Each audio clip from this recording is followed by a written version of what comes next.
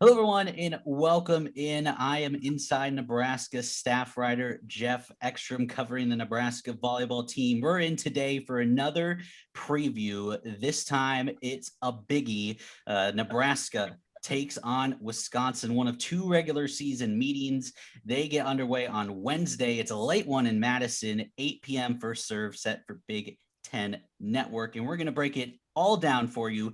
And joining me today to give you a preview of the Badgers is Dennis Punzel. He is the writer for the Madison State Journal, 10th year on the beat for the Badgers. Dennis, thank you so much for joining me here today.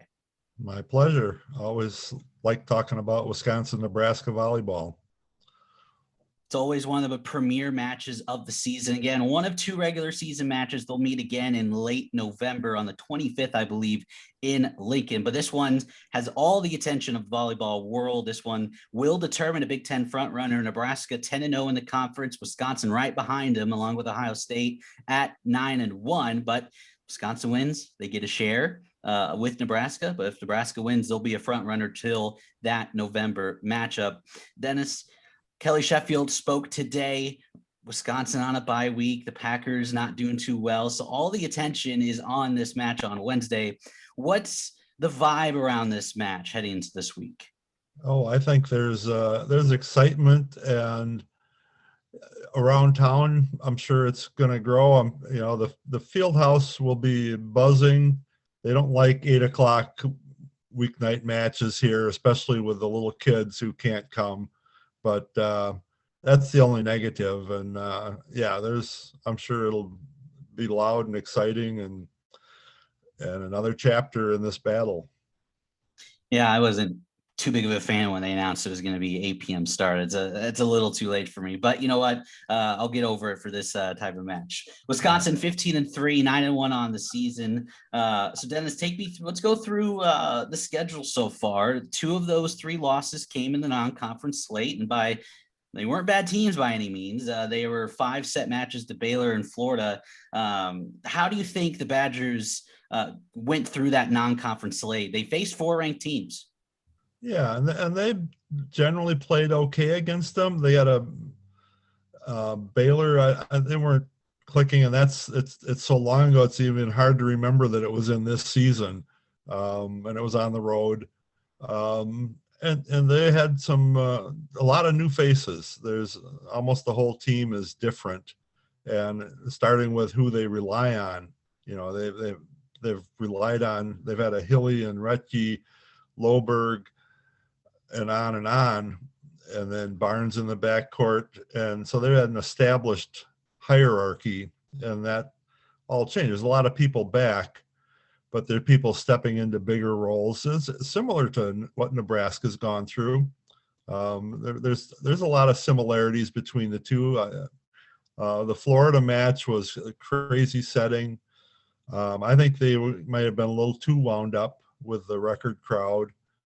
And then, they stumbled for 2.5 sets, and then they got going, and it looked like they had it rolling, and they were up 8-5, I think it was, in the 5th set. And then just some plays went against them. In volleyball, it can end quickly. A ball can go crazy and land in the wrong spot, and boom, it's over.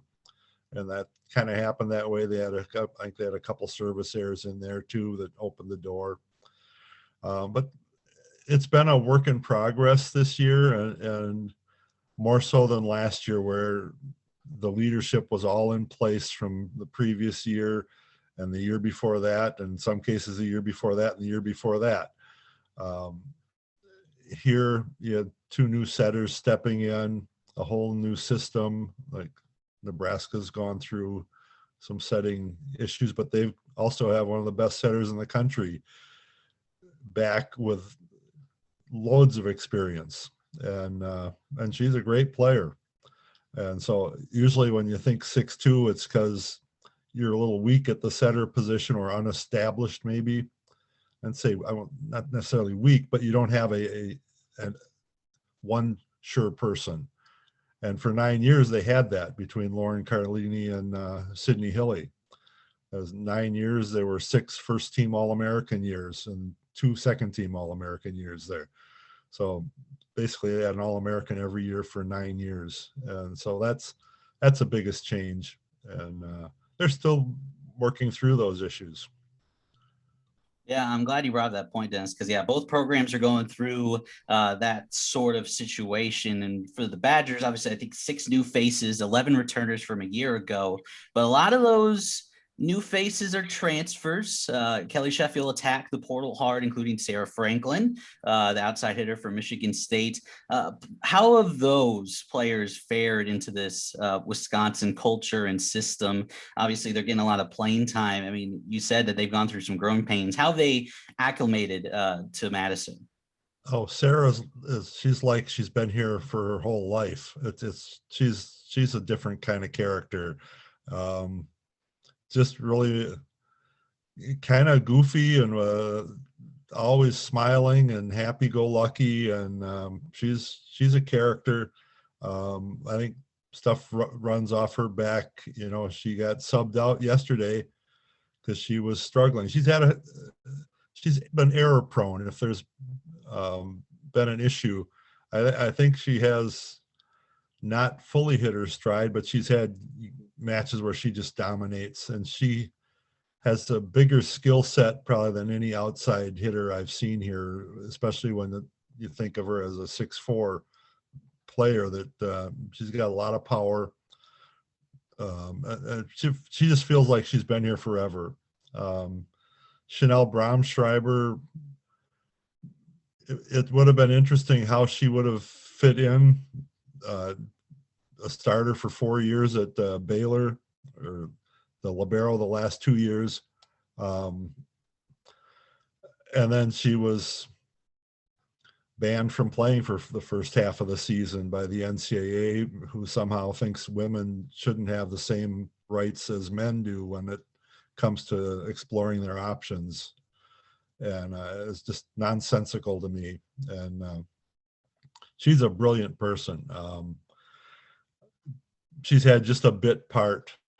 She came in and served 3 straight points yesterday at Michigan that turned a set around. But I'll be interested to see if they find a way to expand her role at all, or she's kind of been one of several serving subs and hasn't really played a role in the backcourt yet.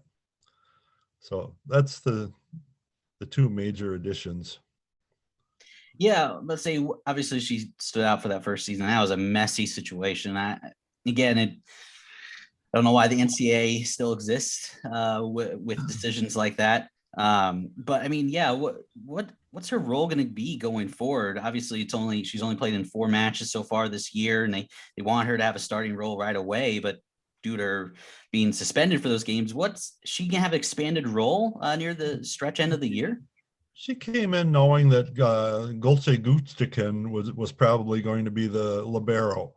If she had been here and been able to compete from the start, it might have been interesting. But you know, she was ineligible to play, and then along the way she got half a year eligibility, so they really couldn't count on her. And then Golce has sort of grabbed onto that spot. She's had some up and down moments, but part of it is, and you see it in Nebraska too, when you have 2 setters and you have a setter in the back row all the time, and the 2 left sides, Yulia Orzol and Sarah Franklin, play 6 rotations. There's no place for a DS to play. You know, it would only get interesting if somehow they decided to sub out. Maybe it would probably be Franklin in the back row, which they've shown no indication that they want to do. Last Sunday, when Jade Demps came in for Franklin, she played 6 rotations, even though passing isn't her specialty, and not necessarily a good defensive player, but she made all of her passes and made a couple of good defensive plays in the back row too. So it'll be interesting if there's any change for her, it would require somebody getting not playing 6 rotations back there. Interesting, but knowing Sheffield and John Cook in the chess match that goes on with their lineups, I wouldn't be surprised if Kelly decided to do something weird like that just to throw off the scouting report that Nebraska had. Yeah, I don't see that happening right now, but I think Kelly looks at what Nebraska does in the back row, and it starts with Nicklin being such a great defensive player too. And you got a great libero, and Kenzie Knuckles is a great player. That it's hard to find a hole back there, and even harder than it last year when it was also a really good team. I think they're even better. And the difference is that they've added the back row attack here, which for his first 9 years they didn't really ever have a consistent back row attack. They hardly ever used it. And then the last, just down the very stretch when Demp started playing the back row, they used her she was basically a back row attacker playing the back row, and they tried to hide her on defense. And now she's kind of been pushed out of that role, but she was a major reason they won the national championship last year. And now she's been kind of a bit player this year who stepped in yesterday and had a nice match, but a nice set in a quarter or so that she got to play. So I don't. He was talking about the lineup, like last year, they had the injury to Danielle Hart and then an injury to Georgia Civita, which required them to shuffle things around where they didn't have any choice in the matter. And then some things worked better than others. This year, so far, everybody stayed healthy enough to keep playing. And so there really isn't the same juggling of lineups that went on last year. But he was addressing that he never wants his team to feel like everything is set, because he doesn't want people who aren't playing to just say, well, I can't play no matter what I do. So that's a loser mentality there. I think it can create a non-positive team energy. I think you want the people who aren't playing to push the ones who are and to keep trying to show why they should be playing. So stuff may come along, but it'll be, I think, around the edges, or if somebody's having an off match. Demps has subbed in on occasion for Anna Smrek, who's been kind of up and down this year. She has her moments. You see the flashes. You see a play here and there that reminds you what she did in the tournament last year in the Final Four. But she hasn't had a full match like she had against first Louisville and then against Nebraska, where she just dominated. She'll have a play, but that she dominates. Part of it is she doesn't have Sydney Hilly setting her. And I think the two setters, she's 6'9" with an incredible reach. You have to set the ball higher than you're accustomed to. And I think that is still, sometimes it's like she's hitting the ball with her elbow because the ball's not up. She's just so much bigger than what you're expecting.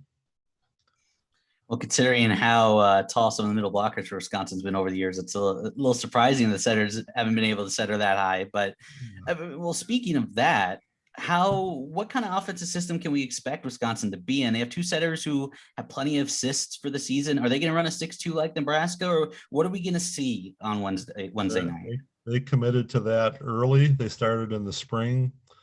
People thought, well, is Izzy Ashburn or MJ Hamill, who's going to be the setter? How's it going to play out? And it's right from the start, it was suggested that it could be both, and then quickly became apparent that it was going to be both. And people, even during the season, when it started, they said, well, who do you think is going to take over? And it's going to be both of them. This is the way they're going to play. Part of it is, and I think might be similar to what Nebraska's decided, theirs may have been a little more forced with some health issues Kennedy Orr, but neither Ashburn or Hamill is a great blocker. So to play in the front row, they're liabilities. Either one would be a liability up there compared to Devin Robinson or Anna Smrek. So right there, there's some motivation to have them play the back row. Neither is established as superior to the other, and I think they're both comparable. I think they're different body types and they move differently. Ashburn is a little more athletic. She's quicker. And they may set the ball a little different, but they've tried as best they can to be consistent between the two of them. And there is always, you end up setting most everybody because there's rotation, so you don't always just have the same hitters to go to, but you have some hitters that are playing with you more than others, so one setter can develop a connection with a player who's out with her the most often. But that's the way they're going to play, and unless one of them gets hurt, they'll play those two for the year. That's some of the things we talked about. It's just kind of interesting that both programs went to 6-2s this year, and Purdue is playing a 5-2 with a back row setter and a front row setter, and Michigan just switched to a 6-2, and they're all, Michigan probably won't be ranked this year, but they're all ranked teams. And you got the two of the top 5 teams in the country both doing it, and Pittsburgh plays a 6-2. And I was asking Kelly today if we saw this as maybe a trend in the game, or is it just circumstantial that Nebraska has so many hitters that it's hard to not want to get as many of them in. They can get them all in and still have 3 or 4 standing in the corner that say, how is this kid not playing? And they kind of feel that way here too. They got a freshman, Ella Roble, who came in as a top 10 player, and she's hardly gotten on the floor. Good hitters, has other parts of her game to work on, but she's just got players in front of her who are at a different level, and then you got Jade Demps also in the mix ahead of her. So there's a lot of depth in the front court, which is another reason to go with a 6-2. Good problems to have, I would say. Just a lot of good players there available for you. Well, let's get down to the nitty gritty, Dennis, and tell me why Nebraska. So tell me why Wisconsin wins this match, and tell me why Wisconsin loses this match. Why they would win was if their defense can hold up as well as Nebraska's hold up. Nebraska's on I think a different level, but Wisconsin isn't that far behind. They've had streaks.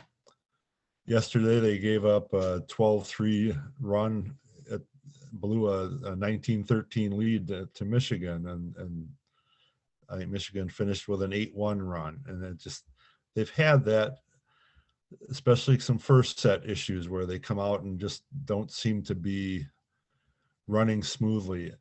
They haven't run smoothly all year. I think it doesn't look like it. And you look at the stats and you say, geez, that's pretty good. They're leading. I think they're leading the Big Ten now in hitting percentage, and they're second in defensive percentage, or second or third. I think it's second.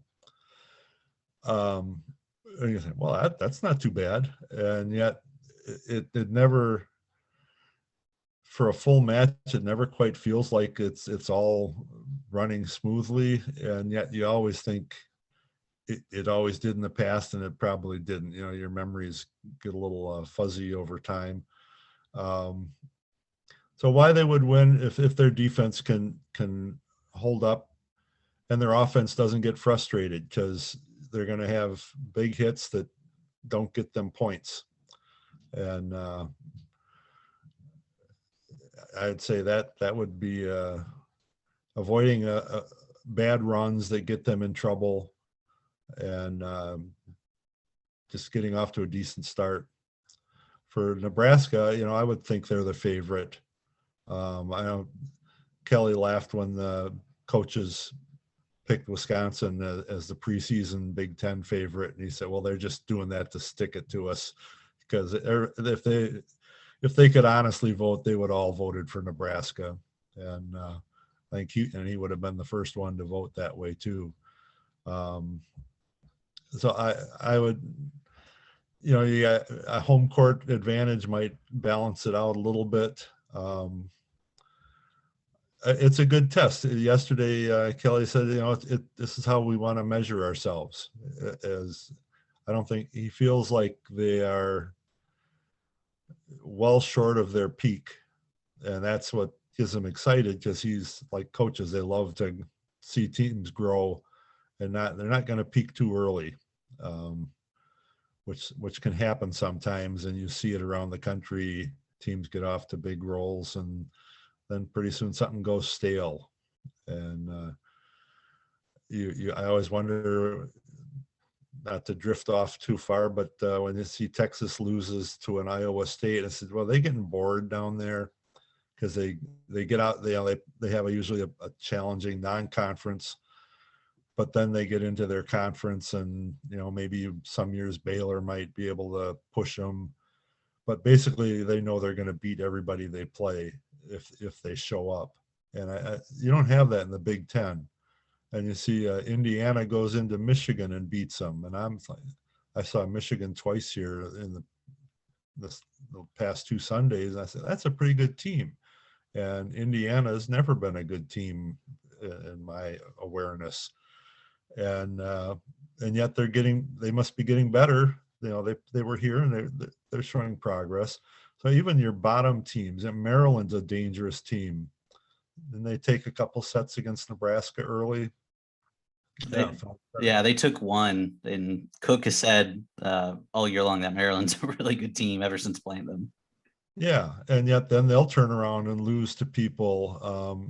Northwestern, I saw them and I said, dude, that's kind of a dangerous team. And then you turn around and watch them get swept by somebody, and so it tells you that the bottom part of the league is probably better than it's been.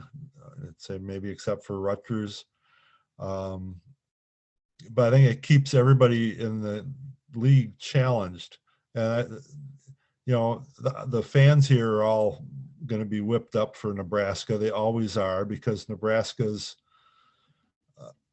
just the standard, even though Wisconsin's had a run over them here, whatever it's the last 3 years, is it 7, 8 matches in a row, whatever it is. But those people who did that, a lot of them aren't here. So, but it says the program's gotten to a place where it can play with the standard and it can beat them,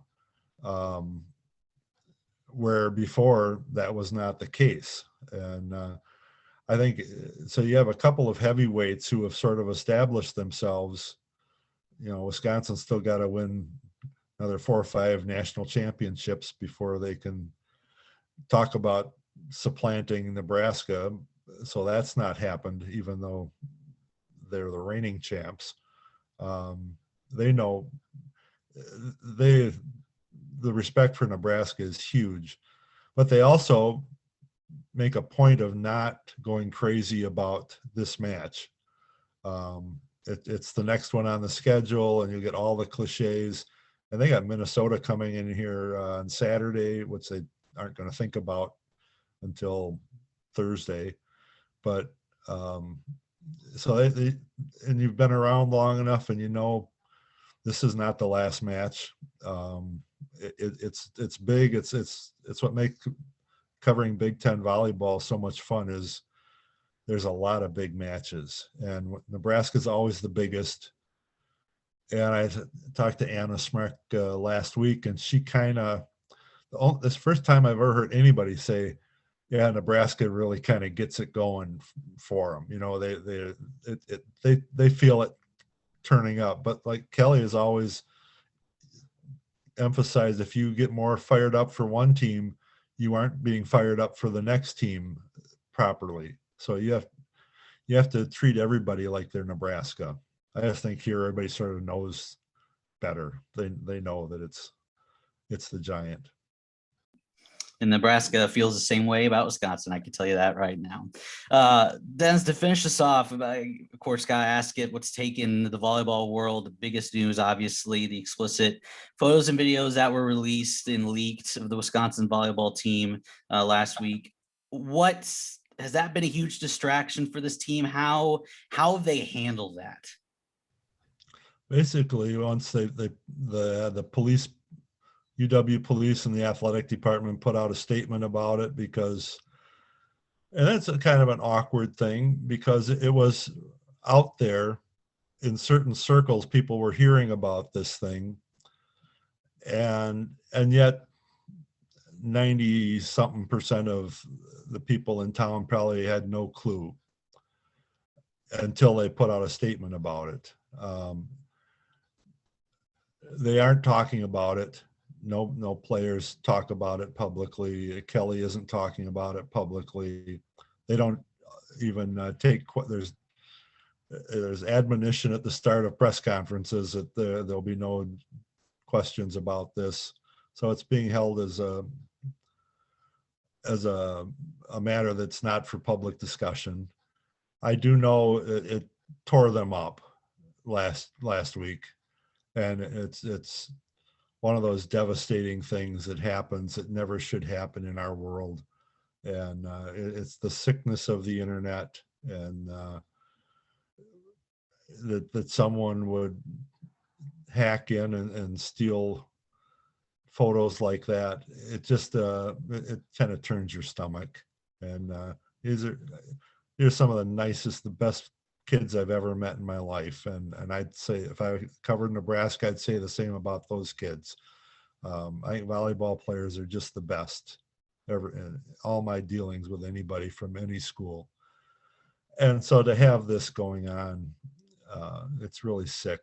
And but it's not a public issue. I know it tortured them last week, and they just want it to go away.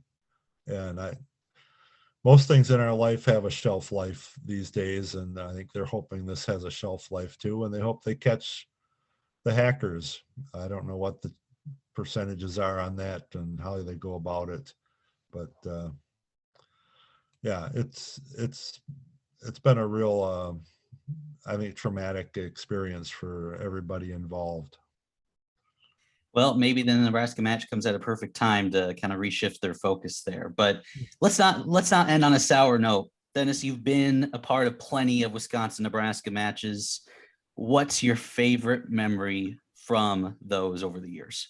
Oh, it was like, well, whatever the most recent one was probably the one for a lot of, I remember going my first trip out to Nebraska, and the Cornhuskers just crushed them. This was a Carlini team, and they had just been voted #1 the week before, and then they lost back-to-back to Minnesota at home, got swept, and then went out to Nebraska and just got pounded. And I remember talking with Carlini and Haley Nelson on the team. They're both, this is not going to happen again. And there was a real drive. And so I remember that one explicitly. But that championship match last year is one of the, I can't go back to the 1980s, but in my awareness, that's as good a match, played on the biggest stage in front of the biggest audience live and the biggest TV audience, a marathon with both sides playing as good as they probably played all year. Both teams played great, and with tremendous players on both sides, legendary people, top people in the program's histories, I think, all the way around. And that will be one of my biggest athletic memories in 45 years of covering sports. Well, for good reason too. It was a historic night for the first ever national title for the Wisconsin volleyball program.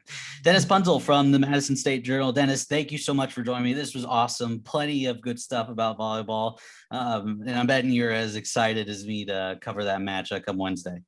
Well, I like it because it used to be that I would hate an 8 o'clock match, but they've moved the deadlines up earlier every year. So now there is no deadline because it won't make the print. At least I don't think so.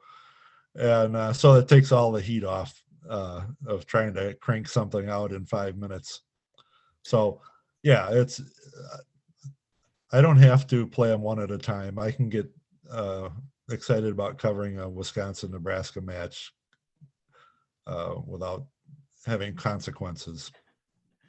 Oh, there you go. No deadlines. Love it. Thank you so much, Dennis, for joining me. Everyone, don't forget 8 p.m. first serve between Nebraska and Wisconsin. That will be on the Big Ten Network, as well as 107.3 FM here in Lincoln and any other Huskers Radio Network affiliate. Thank you so much, Dennis, for joining me. Thank you, everyone, for listening in and watching in. Again, Nebraska, Wisconsin on Wednesday, 8 p.m. first serve. Until then, we'll talk to you later.